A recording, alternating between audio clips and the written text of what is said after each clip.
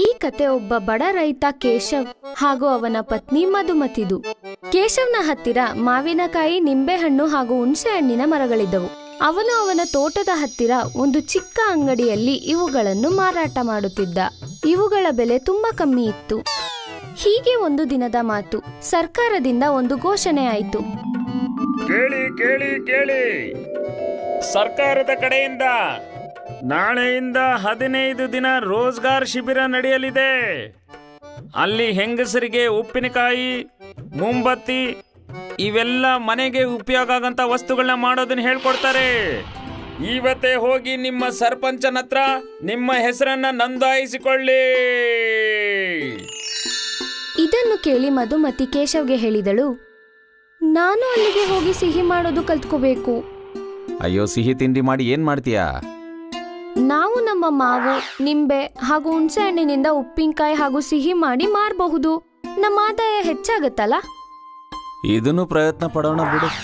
ಮರುದಿನವೇ ಮಧುಮತಿ ಸರ್ಕಾರಿ ಶಿಬಿರಕ್ಕೆ ಹೋದಳು. ಅಲ್ಲಿ ಅವಳಿಗೆ ಮಾವಿನ ಉಪ್ಪಿನಕಾಯಿ, ನಿಂಬೆ ಹಾಗೂ ಹುಣಸೆ ಹಣ್ಣಿನ ಸಿಹಿ ಮಾಡಲು ಕಲಿಸಿದರು. ಅವಳು ದಿನ ಅಲ್ಲಿಗೆ ಹೋಗುತ್ತಿದ್ದಳು ಮತ್ತೆ ಏನಾದರೂ ಹೊಸತನ್ನು ಕಲಿಯುತ್ತಿದ್ದಳು. ಮನೆಗೆ ಬಂದ ಮಧುಮತಿ ಉಪ್ಪಿನಕಾಯಿಗಳನ್ನು ತಯಾರಿಸಿದಳು. ನೋಡಿ, ಚಪ್ಪರ್ಸ್ ಹೇಳಿ ನನ್ಗೆ. ಅದ್ಭುತವಾಗಿದೆ. ಕೇಶವ್ ಪೂರ್ತಿ ಬಟ್ಟಲನ್ನು ಖಾಲಿ ಮಾಡಿದ. ಮಧುಮತಿ ತುಂಬಾ ಖುಷಿಪಟ್ಟು ನಗಲಾರಂಭಿಸಿದಳು. ಈಗ್ಲೇ ಎಷ್ಟ್ ತಿನ್ಬೇಕೋ ಅಷ್ಟ್ ತಿನ್ಕೊಂಬಿಡಿ, ನಾಳೆ ಮಾರುವಾಗಂತೂ ತಿನ್ನಂಗಿಲ್ಲ ಆಯ್ತಾ? ಕೇಶವ್ ಅವಳ ಕಡೆ ತಿರುಗಿ ನೋಡಿ ಮತ್ತೆ ತಿನ್ನಲಾರಂಭಿಸಿದ.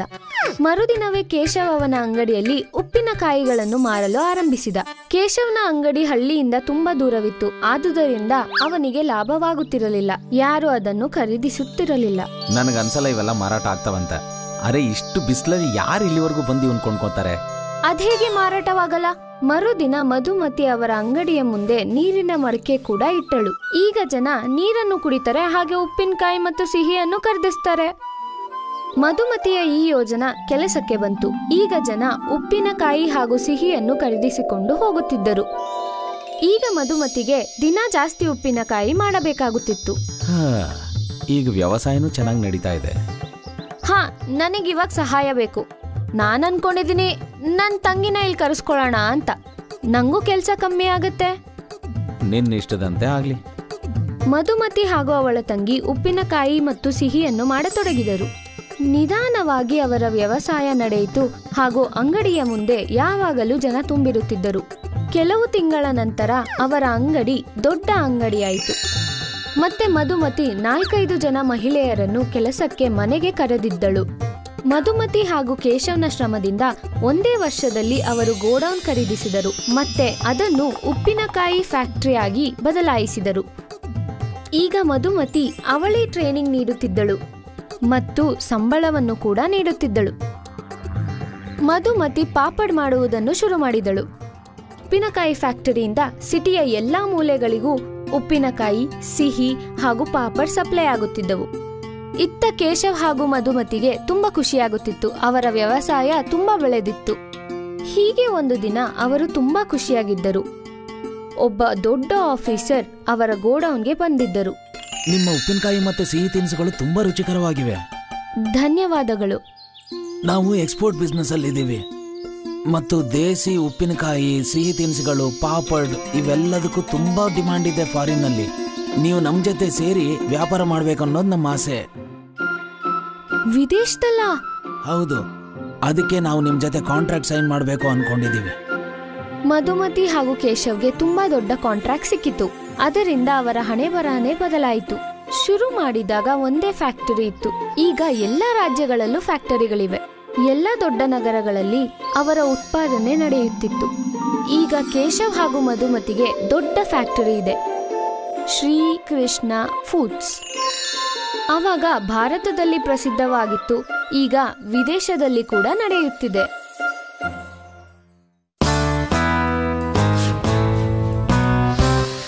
ಸೀತಾ, ಇಲ್ಲೋಡು, ಹಾಲಿನ ಶುದ್ಧವಾದ ಕೆನೆಯನ್ನ ತೆಗೆದುಕೊಂಡು ಈ ರೀತಿ ಕಾಯಿಸೋದ್ರಿಂದ ಶುದ್ಧವಾದ ದೇಸಿ ತುಪ್ಪವನ್ನ ಪಡಿತೀವಿ ನಾವು. ಆಯ್ತು ಅಜ್ಜಿ. ಉಪ್ಪಿನಕಾಯಿಗಳನ್ನ ಮಾಡಲು ಇದು ತುಂಬಾ ಅವಶ್ಯಕವಾದದ್ದು. ಏನಂದ್ರೆ ಮಾವಿನ ಹಣ್ಣುಗಳನ್ನ ಉಪ್ಪಿನಲ್ಲಿ ಚೆನ್ನಾಗಿ ನೆನೆಸಿಡ್ಬೇಕು. ಯಾಕಜ್ಜಿ? ಯಾಕಂದ್ರೆ ಮಾವಿನಕಾಯಿಗಳಲ್ಲಿ ಸ್ವಲ್ಪ ಒಗರಿದ್ರೂ ಕೂಡ ಮಸಾಲೆ ಪದಾರ್ಥಗಳನ್ನ ಹಾಕದ್ಮೇಲೆ ಅದರ ರುಚಿ ಹೊಂದೋದಿಲ್ಲ. ಸರಿ ಅಜ್ಜಿ, ನನಗೆ ಅರ್ಥ ಆಯ್ತು. ಇದೇ ರೀತಿ ಮಿಥಾಲಿ ತರ್ತರವಾಗಿ ಅಡ್ಗೆ ಮಾಡೋದನ್ನ ಅವ್ರ ಅಜ್ಜಿ ಹತ್ರ ಕಲ್ತ್ಕೋತಾ ಇದ್ಲು. ಮಿಥಾಲಿಗೆ ಅಡ್ಗೆ ಮಾಡೋದು ಅಂದ್ರೆ ತುಂಬಾ ಇಷ್ಟ ಇತ್ತು. ಸಮಯ ಕಳೀತಾ ಹೋಯ್ತು. ಈಗ ಮಿಥಾಲಿ ಒಂದು ಸುಂದರವಾದ ಯುವತಿ ಆಗಿದ್ಲು. ಮಿಥಾಲಿಯವರಜ್ಜಿ ಮಿಥಾಲಿನ ಒಬ್ಬ ಸುಂದರವಾದ ಚತುರನಾದ ಯುವಕ ಮಹೇಶ್ ಕೊಟ್ಟು ಮದ್ವೆ ಮಾಡಿದ್ಲು. ಮಿಥಾಲಿ ಮತ್ತೆ ಮಹೇಶ್ ಒಟ್ಟಿಗೆ ತುಂಬಾ ಖುಷಿಯಾಗಿದ್ರು. 1 ವರ್ಷದ ನಂತರ ಮಿಥಾಲಿ ಮತ್ತೆ ಮಹೇಶ್ಗೆ ಹವಳಿ ಜವಳಿ ಮಕ್ಕಳು ಹುಟ್ಟಿದ್ರು. ಅವ್ರ ಹೆಸರು ಒಬ್ಬ ಅಲೋಕ್ ಮತ್ತೆ ಇನ್ನೊಬ್ಬ ಆದಿತ್ಯ ಅಂತ ಇಟ್ರು. ಅವರು ಖುಷಿಯಾಗಿದ್ರು. ಮಹೇಶ್ ಅವನ್ ಜವಾಬ್ದಾರಿಗಳನ್ನ ತುಂಬಾ ಚೆನ್ನಾಗಿ ನಿಭಾಯಿಸ್ತಾ ಇದ್ದ. ಕೆಲವು ದಿನಗಳ ನಂತರ ಮಿಥಾಲಿ ಅವ್ರ ಅಜ್ಜಿ ತೀರ್ ಹೋದ್ರು. ಮಿಥಾಲಿ ಹೊತ್ತು ತುಂಬಾ ಬೇಜಾರಾಗಿದ್ಲು. ಇವಾಗ ಮಿಥಾಲಿಗೆ ಅವಳ ಜೀವನದಲ್ಲಿ ಇದ್ದಿದ್ದೆ 3 ಜನ, ಮಹೇಶ್ ಮತ್ತೆ ಅವಳಿಬ್ರು ಮಕ್ಕಳು. ಮಿಥಾಲಿ ತನಗ್ ತಾನೇ ಸಮಾಧಾನ ಮಾಡ್ಕೊಂಡು ಅವಳ ಮನೆ ಮಠನ ನೋಡ್ಕೊಳಕ್ ಶುರು ಮಾಡಿದ್ಲು. ಆದ್ರೆ ಆ ದೇವ್ರು ಮಿಥಾಲಿ ಜೀವನದಲ್ಲಿ ತುಂಬಾ ಕಡಿಮೆ ಖುಷಿಗಳನ್ನ ಬರ್ದಿದ್ರು. ಮಹೇಶ್ಗೆ ತುಂಬಾ ದೊಡ್ಡ ಅಪಘಾತ ಆಯ್ತು. ಆದ್ರಿಂದ ಮಹೇಶ್ ಹಾಸಿಗೆ ಹಿಡಿಬೇಕಾಯ್ತು. ಮಿಥಾಲಿಗೆ ಅವಳ ಮನೆ ಮಕ್ಕಳನ್ನ ಹೇಗ್ ನೋಡ್ಕೋಬೇಕು ಅಂತ ಅರ್ಥ ಆಗ್ತಿರ್ಲಿಲ್ಲ. ಕೆಲವೇ ದಿನಗಳಲ್ಲಿ ಅವ್ರ ಮನೆಯಲ್ಲಿ ಧಾನ್ಯಗಳೆಲ್ಲ ಮುಗ್ದೋಗಿತ್ತು. ಔಷಧಿ ತರೋದಕ್ಕೂ ಹಣ ಇರ್ಲಿಲ್ಲ. ಆಮೇಲೆ ಒಂದಿನ ಮಹೇಶ್ ಕೂಡ ತೀರ್ಕೊಂಡ್ಬಿಟ್ರು.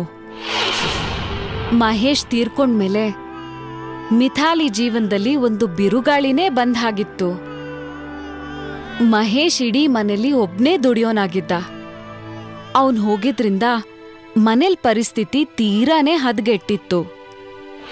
ಮಿಥಾಲಿ ಇದಕ್ಕೂ ಮುಂಚೆ ಯಾವತ್ತೂ ಕೆಲ್ಸ ಮಾಡಿರ್ಲಿಲ್ಲ. ಆದ್ರೆ ಇವಾಗ ಅವಳ ಹತ್ರ ಯಾವ ದಾರಿನೂ ಇರ್ಲಿಲ್ಲ. ಅಂದ್ರೆ ನಾನು ದುಡಿಲಿಲ್ಲ ಅಂದ್ರೆ ನನ್ನ 2 ಮಕ್ಕಳು ಉಪವಾಸ ಸಾಯ್ಬೇಕಾಗತ್ತೆ. ನಾನ್ ದುಡಿಲೇಬೇಕು. ಆದ್ರೆ ನಾನ್ ಹೇಗ್ ಸಂಪಾದನೆ ಮಾಡ್ಲಿ? ನನಗಂತೂ ಯಾವ ಕೆಲ್ಸ ಕೂಡ ಬರೋದಿಲ್ಲ, ಓದೋ ಬರಹ ಕೂಡ ಬರೋದಿಲ್ಲ. ಮಿಥಾಲಿ ತುಂಬಾ ಯೋಚನೆ ಮಾಡೋಕ್ ಶುರು ಮಾಡಿದ್ಲು. ಅವಳಿಗೇನ್ ಮಾಡ್ಬೇಕು ಅಂತಾನೆ ಅರ್ಥ ಆಗಿರ್ಲಿಲ್ಲ. ಅದೇ ಸಮಯದಲ್ಲಿ ಮಿಥಾಲಿ ದೃಷ್ಟಿ ಉಪ್ಪಿನಕಾಯಿ ಜಾಡಿಗಳ ಮೇಲ್ ಬಿತ್ತು. ಉಪ್ಪಿನಕಾಯಿ? ಹಾ, ನಾನು ಉಪ್ಪಿನಕಾಯಿಗಳನ್ನ ಮಾಡಿ ಮಾರಬಹುದು. ಆಗ ಮಿಥಾಲಿ ಉಪ್ಪಿನಕಾಯಿ ಮಾಡೋದಕ್ಕೆ ಶುರು ಮಾಡಿದ್ಲು. ಅವಳು ಉಪ್ಪಿನಕಾಯಿ ಮಾಡಿದ್ಮೇಲೆ ಆ ಉಪ್ಪಿನಕಾಯಿನ ತಗೊಂಡು ದೊಡ್ಡ ಜಾಡಿಯಲ್ಲಿ ತುಂಬಕ್ ಶುರು ಮಾಡಿದ್ಲು. ಆ ಉಪ್ಪಿನಕಾಯಿ ಜಾಡಿಗಳನ್ನೆಲ್ಲ ತಗೊಂಡು ಸಂತೆಗ್ ಹೋದ್ಲು. ಅಲ್ಲಿ ಕೂಗಿ ಕೂಗಿ ಆ ಉಪ್ಪಿನಕಾಯಿಗಳನ್ನೆಲ್ಲ ಮಾರಕ್ ಶುರು ಮಾಡಿದ್ಲು. ತುಂಬಾ ಜನ ಮಿಥಾಲಿ ಹತ್ರ ಉಪ್ಪಿನಕಾಯಿನ ಖರೀದಿಸಿದ್ರು. ಸಂಜೆ ಆದ್ ಕೂಡ್ಲೆ ಮಿಥಾಲಿ ತನ್ನ ಮೊದಲನೇ ಸಂಬಳ ನೋಡಿದ್ ಕೂಡ್ಲೆ ತುಂಬಾ ಖುಷಿ ಪಟ್ಲು. ಅದೇ ಹಣದಿಂದ ಮಿಥಾಲಿ ಸಂತೆಯಲ್ಲಿ ಇನ್ನೂ ಮಾವಿನಕಾಯಿ ಖರೀದಿಸಿದ್ಲು. ಆಮೇಲೆ ಅವಳ ಮಕ್ಕಳಿಗೋಸ್ಕರ ತಿಂಡಿನೂ ಖರೀದಿಸಿದ್ಲು. ಮಾರನೇ ದಿನ ಮಿಥಾಲಿ ಮತ್ತೆ ಉಪ್ಪಿನಕಾಯಿ ಮಾಡಕ್ ಶುರು ಮಾಡಿದ್ಲು. ಮತ್ತೆ ಸಂತೆಗ್ ತಗೊಂಡೋಗಿ ಅದನ್ ಮಾರಕ್ ಶುರು ಮಾಡಿದ್ಲು. ಕೆಲವೇ ದಿನಗಳಲ್ಲಿ ಮಿಥಾಲಿ ಉಪ್ಪಿನಕಾಯಿ ಬಗ್ಗೆ ಇಡೀ ಊರಲ್ಲಿ ಚರ್ಚೆ ಆಗೋದಕ್ ಶುರುವಾಗಿತ್ತು. ಹಾಗಾಗಿ ಈಗ ಮಿಥಾಲಿ ಉಪ್ಪಿನಕಾಯಿಗೋಸ್ಕರ ಊರಿನ ಜನ ಎಲ್ಲ ಸಾಲಲ್ಲಿ ನಿಂತ್ಕೋಬೇಕಾಯ್ತು. ಮಿಥಾಲಿ ಖುಷಿಯಾಗಿದ್ಲು, ಯಾಕಂದ್ರೆ ಅವಳಿಗೆ ಬೇಕಾಗಿದ್ದಕ್ಕಿಂತ ಹೆಚ್ಚಾಗಿ ಹಣ ಸಿಕ್ತಿತ್ತು ಅಂತ. ಅದ್ರಿಂದ ಮಿಥಾಲಿ ತನ್ನಿಬ್ರು ಮಕ್ಕಳನ್ನು ತುಂಬಾ ಚೆನ್ನಾಗಿ ಪೋಷಿಸ್ತಾ ಇದ್ಲು. ಕೆಲವು ವರ್ಷಗಳಲ್ಲಿ ಮಿಥಾಲಿ 2 ಮಕ್ಕಳು ದೊಡ್ಡೋರಾಗಿದ್ರು. ಈಗ ಆ 2 ಮಕ್ಕಳು ದೊಡ್ಡ ಸ್ಕೂಲಲ್ಲಿ ಓದಕ್ ಹೋಗ್ತಿದ್ರು. ಮಿಥಾಲಿ ಉಪ್ಪಿನಕಾಯಿನ ಮಾಡಿ ಮಾಡಿ ತುಂಬಾ ದೊಡ್ಡ ಮನೆ ಖರೀದಿಸಿದ್ಲು. ಅದಲ್ದೆ ಮಿಥಾಲಿ ಈಗ ಸಂತೆಯಲ್ಲಿ ಅವಳದೇ ಅಂಗಡಿ ಕೂಡ ಮಾಡ್ಕೊಂಡಿದ್ಲು. ಅವಳ ಅಂಗಡಿಯಲ್ಲಿ ಉಪ್ಪಿನಕಾಯಿ ಬಿಟ್ಟು ಬೇರೆ ದಿನಸಿ ಸಾಮಾನ್ ಕೂಡ ಮಾರಕ್ ಶುರು ಮಾಡಿದ್ಲು. ಮಿಥಾಲಿ ತನ್ನ ಸಹಾಯಕ್ಕೋಸ್ಕರ ಬೇರೆ ಹೆಂಗಸ್ರುನು ಕೆಲಸದಲ್ಲಿಟ್ಕೊಂಡಿದ್ಲು. ಇದ್ರಿಂದ ಕೆಲ್ಸ ಇಲ್ದಿರೋ ಊರಲ್ಲಿರೋ ಹೆಂಗಸ್ರಿಗೆಲ್ಲ ಕೆಲ್ಸ ಸಿಕ್ತು. ಹಾಗೆ ಅವ್ರ ಜೀವನ ಕೂಡ ಚೆನ್ನಾಗಾಗಕ್ ಶುರುವಾಗಿತ್ತು. ಹಾಗೆ ಮಿಥಾಲಿ ದಿನೇ ದಿನೇ ಉನ್ನತ ಮಟ್ಟಕ್ಕೆ ಹೋಗಕ್ ಶುರು ಮಾಡಿದ್ಲು. ಮಿಥಾಲಿ ತನ್ನ ವ್ಯಾಪಾರನ ಹೆಚ್ಚಿಸೋಕೆ ಹೊಸ ಹೊಸ ತಂತ್ರಗಳನ್ನ ಉಪಯೋಗಿಸಕ್ಕೆ ಶುರು ಮಾಡಿದ್ಲು. ಅವಳಿಂದ ಶುರುವಾಗಿದ್ದ ಒಂದು ಸಣ್ಣ ಕೆಲ್ಸ ಈಗ ದೊಡ್ಡ ಫ್ಯಾಕ್ಟ್ರಿ ಆಗಿತ್ತು. ಆ ಸಂತೆಯಲ್ಲಿದ್ದ ಅವಳ ಚಿಕ್ಕ ಅಂಗಡಿ ಈಗ ದೊಡ್ಡ 4 ಮಹಡಿ ಕಂಪನಿ ಆಗೋಗಿತ್ತು. ಮಿಥಾಲಿ ಒಬ್ಳು ಬಡ ವಿಧವೆಯಿಂದ ಈಗ ಆ ದೊಡ್ಡ ಕಂಪನಿಗೆ ಮಾಲೀಕಳಾಗೋದ್ಲು. ಈಗ ರಿಪೋರ್ಟರ್ ಮಿಥಾಲಿಗೆ ಏನಂತ ಕೇಳಿದ್ಲು ಅಂದ್ರೆ, ಬರೀ ಒಂದು ಉಪ್ಪಿನಕಾಯಿಯಿಂದ ಇಷ್ಟು ದೊಡ್ಡ ಕಂಪನಿಯ ಪ್ರಯಾಣ ನೀವ್ ಹೇಗ್ ನಿರ್ಧಾರ ಮಾಡಿದ್ರಿ? ಮೇಡಮ್, ಇದರ ಮುಖ್ಯವಾದ ಪ್ರೇರಣೆ ಯಾರು ಅಂತ ಸ್ವಲ್ಪ ಹೇಳ್ತೀರಾ? ಅವಶ್ಯಕತೆ. ನನಗೇನಾದ್ರೂ ದುಡಿಬೇಕು ಅನ್ನೋ ಅವಶ್ಯಕತೆ ಇಲ್ಲ ಅಂದಿದ್ರೆ ನಾನು ಉಪ್ಪಿನಕಾಯಿ ಮಾಡ್ತಾನೂ ಇರ್ಲಿಲ್ಲ, ಈ ವ್ಯಾಪಾರ ಕೂಡ ಶುರುವಾಗ್ತಿರ್ಲಿಲ್ಲ. ಮಿಥಾಲಿ ಮೇಡಮ್, ನಿಮ್ಮ ಈ ಸಾಹಸಕ್ಕೆ ನಂದು ದೊಡ್ಡ ಸಲಾಂ. ಆಮೇಲೆ ನಾನೇನ್ ಶುಭ ಕೋರ್ತೀನಿ ಅಂದ್ರೆ ನಿಮ್ ಈ ಕಂಪನಿ ಅಂತಾರಾಷ್ಟ್ರೀಯ ಮಟ್ಟಕ್ಕೆ ಬೆಳಿಬೇಕು ಅಂತ. ಮಿಥಾಲಿ ಮೇಡಮ್, ನಿಮ್ ಈ ಸಾಧನೆಯಿಂದ ನಾವೇನ್ ಕಲಿತೀವಿ ಅಂದ್ರೆ ಯಶಸ್ವಿ ಆಗಿರ್ಬೇಕು ಅಂದ್ರೆ ಸತತವಾಗಿ ಕಷ್ಟ ಬೀಳ್ಬೇಕು ಅಂತ. ಈ ಕತೆ ಒಬ್ಬ ರೈತನದ್ದು. ಜಗನ್ ಸೇಠ್ ಲಾಲ್ ಚಂದ್ರಜಿ ಅವರ ತೋಟದಲ್ಲಿ ಕೆಲಸ ಮಾಡುತ್ತಿದ್ದ. ಸೇಠ್ ಲಾಲ್ ಚಂದ್ರ ಅವರ ತೋಟ ಹಳ್ಳಿಯ ತುಂಬಾ ದೊಡ್ಡ ತೋಟವಾಗಿತ್ತು ಮತ್ತು ಅಲ್ಲಿ ತುಂಬಾ ಕೆಲಸಗಾರರು ಕೆಲಸ ಮಾಡುತ್ತಿದ್ದರು. ದಿನದ ಕೊನೆಯಲ್ಲಿ ಸೇಠ್ ಲಾಲ್ ಅವರು ತಮ್ಮ ಕೆಲಸಗಾರರಿಗೆ ಸಂಬಳವನ್ನು ನೀಡುತ್ತಿದ್ದರು. ಹಾಗೇನೆ ಸೇಠ್ ಲಾಲ್ ಅವರು ತುಂಬಾ ಒಳ್ಳೆಯವರಾಗಿದ್ರು. ಆದರೆ ಅವರು ತೋಟಗಾರಿಕೆಯ ಕೆಲಸಗಳನ್ನು ನೋಡಿಕೊಳ್ಳಲು ಕಾಲಿಯನ್ನು ನೇಮಿಸಿದರು. ಏ ಕಮಲಾ, ಎಷ್ಟೊತ್ತಿಂದ ನೋಡ್ತಿದ್ದೀನಿ, ಇಲ್ಲೇ ಕೂತಿದ್ಯಾ? ಇಷ್ಟು ಆರಾಮಾಗಿದ್ರೆ ದಿನಗೂಲಿ ಕೊಡಲ್ಲ ನಾನು. ಸ್ವಲ್ಪ ಕೇಳಿ, ನನ್ನ ಆರೋಗ್ಯ ಸರಿ ಇಲ್ಲ. ಅದೆಲ್ಲ ನನಗ್ ಗೊತ್ತಿಲ್ಲ. ಕೆಲ್ಸಕ್ ಬಂದಿದ್ಯಾ ಅಂದ್ರೆ ಕೆಲ್ಸ ಮಾಡು. ಹೀಗೆ ಕಾಲಿಯ ಕೆಲಸಗಾರರೊಂದಿಗೆ ಕಠೋರವಾಗಿ ವರ್ತಿಸುತ್ತಿದ್ದ. ಒಂದು ದಿನದ ಮಾತು. ಜಗನ್ ಕಳೆಗಳನ್ನು ಕೀಳುತ್ತಿರುವಾಗ ಅವನ ಧ್ಯಾನ ಮತ್ತೊಂದೆಡೆ ಸೆಳೆಯಿತು. ಆ ಸಮಯದಲ್ಲಿ ಅವನ ಬೆರಳಿಗೆ ಪೆಟ್ಟಾಯಿತು. ಕೆಲವು ಕೆಲಸಗಾರರು ಅವನ ಬಳಿ ಓಡುತ್ತಾ ಬಂದರು. ಒಬ್ಬ ಮಹಿಳೆ ಅವನಿಗೆ ಔಷಧಿಯ ಪಟ್ಟಿಯನ್ನು ಹಾಕಿದಳು ಹಾಗೂ ಬೇರೆಯವರು ತಮ್ಮ ತಮ್ಮ ಕೆಲಸಕ್ಕೆ ತೆರಳಿದರು. ಸ್ವಲ್ಪ ಸಮಯದ ನಂತರ ಕಾಲಿಯ ಬಂದ.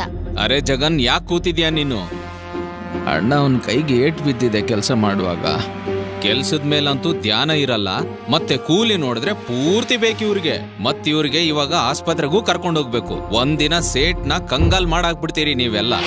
ಕಾಲಿಯಾನ ಮಾತುಗಳನ್ನು ಕೇಳಿ ಜಗನನಿಗೆ ಕೋಪ ಬಂದಿತು. ಅವನು ಏನೂ ಹೇಳದೆ ಅಲ್ಲಿಂದ ಮನೆಗೆ ತೆರಳಿದ.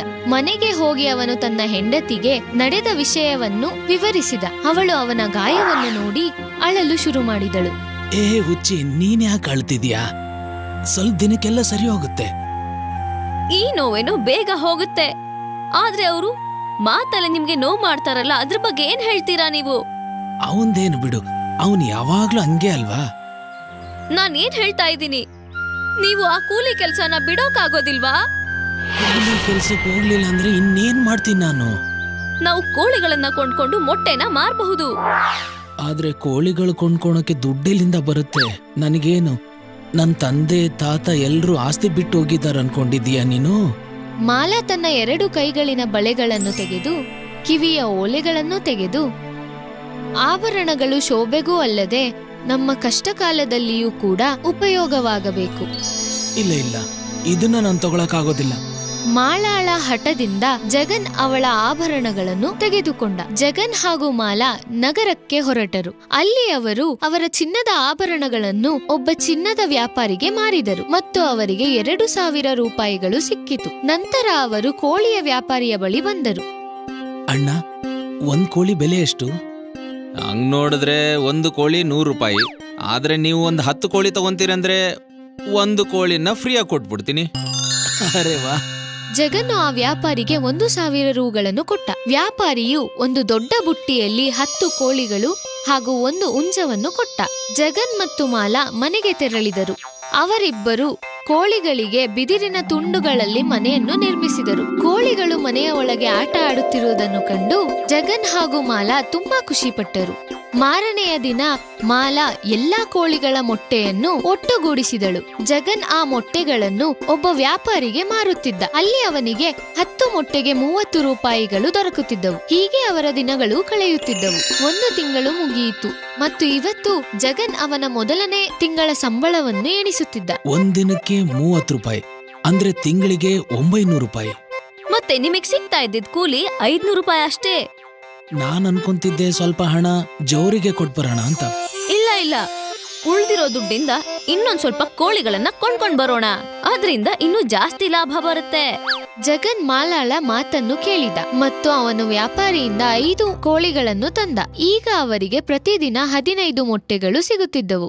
ಇದನ್ನು ಕಂಡ ಮಾಲಾ ತುಂಬಾ ಖುಷಿಪಟ್ಟಳು. ಮುಂದಿನ ತಿಂಗಳು ಜಗನ್ ಎಣಿಸಲು ಕೂತಾಗ ಅವನು ಪ್ರತಿದಿನದ್ದು 45 ರೂಪಾಯಿ ಅಂದ್ರೆ ತಿಂಗಳಿಗೆ 1350 ರೂಪಾಯಿ. ಆ ಬಾಬಾ. ಇವಾಗ ಜಗನನಿಗೆ ಲೆಕ್ಕ ಅರ್ಥವಾಯಿತು ಮತ್ತು ಮುಂದಿನ 3 ತಿಂಗಳಿಗೆ ಜಗನ್ 10 ಕೋಳಿಗಳನ್ನು ಖರೀದಿಸುತ್ತಾ ಹೋದ. ಇವಾಗ ಜಗನನ ಹತ್ತಿರ 50 ಕೋಳಿಗಳಿದ್ದವು.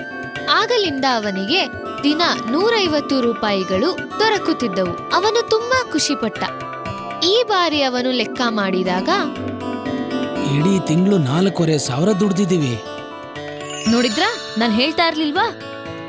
ಹಾ, ನಡೀರಿ, ನಾನು ಎಷ್ಟ್ ದಿನ ಅಂತ ಖಾಲಿ ಕೈಯಲ್ಲಿರ್ಲಿ ಹೇಳಿ. ಇಬ್ಬರು ಚಿನ್ನದ ವ್ಯಾಪಾರಿ ಬಳಿ ಹೋದರು.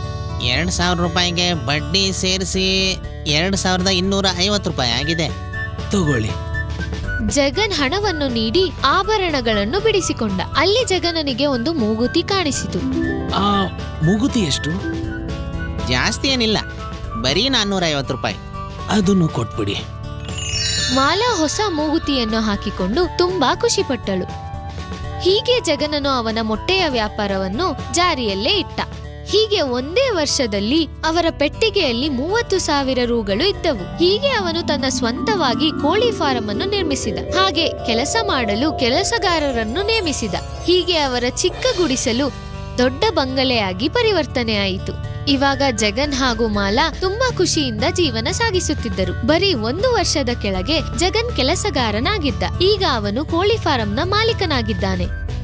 ಆಗ ಮಾಲಾ ಹಠ ಮಾಡದೆ ಹೋಗಿದ್ರೆ ಇವಾಗ್ಲೂ ಅವನು ಕೆಲಸಗಾರನಾಗಿಯೇ ಉಳಿಯುತ್ತಿದ್ದ. ಅದಕ್ಕೆ ಮಕ್ಕಳೇ ಹೇಳೋದು, ಯಶಸ್ಸಿಗೆ ಸರಿಯಾದ ಅವಕಾಶ ಸಿಗಲೇಬೇಕು ಎಂದು. ಹೇಗೆ ಜಗನ್ನಿಗೆ ಸಿಕ್ಕಿ ಒಂದೇ ವರ್ಷದಲ್ಲಿ ಅವನು ಯಶಸ್ಸನ್ನು ಕಂಡನು.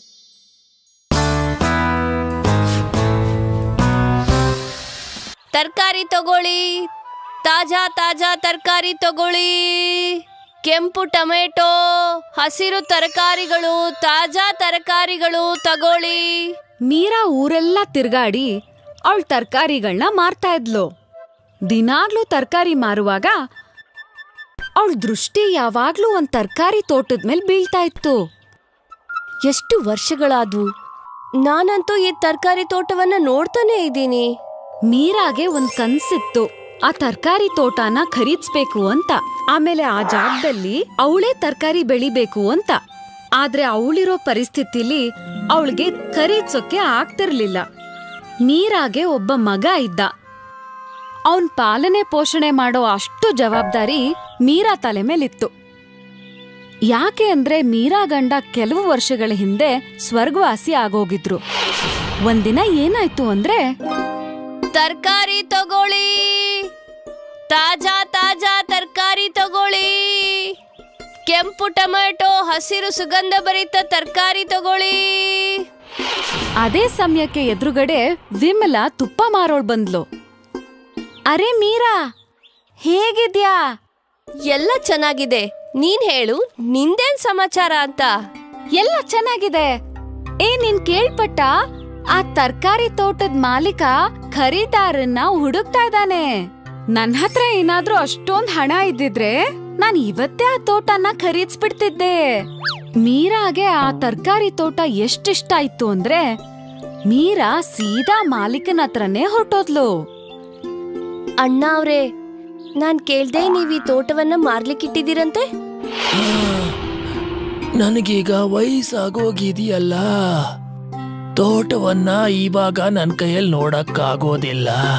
ಅದಕ್ಕೆ ನಾನಿದನ್ನ ಮಾರ್ತಾ ಇದ್ದೀನಿ. ನೀನೇನಾದ್ರೂ ಇದನ್ನ ತಗೋತೀಯನಮ್ಮ?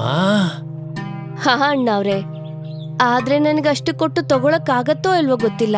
ಈ ತೋಟವನ್ನ ಎಷ್ಟಕ್ ಮಾರಾಟ ಮಾಡ್ತಾ ಇದ್ದೀರಾ? ನನ್ಗಿದಕ್ಕೆ 500 ವರಹಗಳನ್ನ ಕೊಟ್ರೆ ಸಾಕು.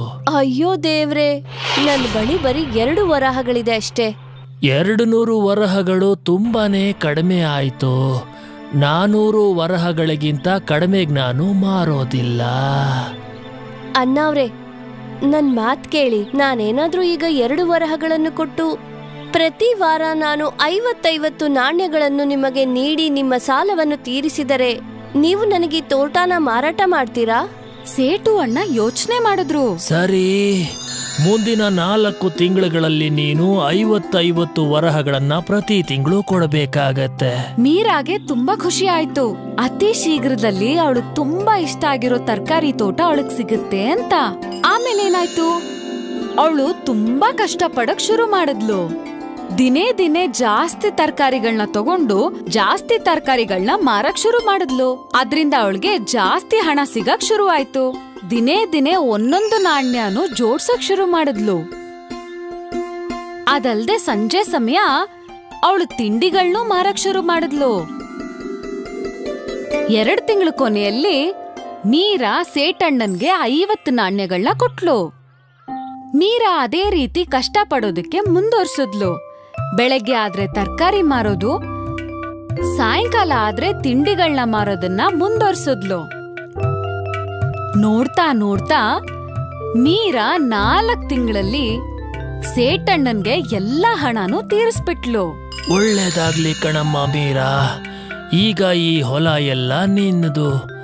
ಚೆನ್ನಾಗ್ ನೋಡ್ಕೋ ಈ ಹೊಲವನ್ನ. ಮೀರಾ ತನ್ನ ತರಕಾರಿ ತೋಟ ತಗೊಳ್ಳೋ ಕನ್ಸನ್ನ ನನಸ್ ಮಾಡ್ಕೊಂಡ್ಲು. ಈಗ ಮೀರಾ ತನ್ನ ಸ್ವಂತ ತರಕಾರಿ ತೋಟದಲ್ಲಿ ತರಕಾರಿ ಬೆಳೆಯೋದನ್ನ ಶುರು ಮಾಡ್ಕೊಂಡ್ಲು. ಬೇರೆ ತರಕಾರಿ ಮಾರೋರೆಲ್ಲ ಅವಳಿಂದ ತರಕಾರಿ ಖರೀದ್ಸೋಕೆ ಶುರು ಮಾಡಿದ್ರು.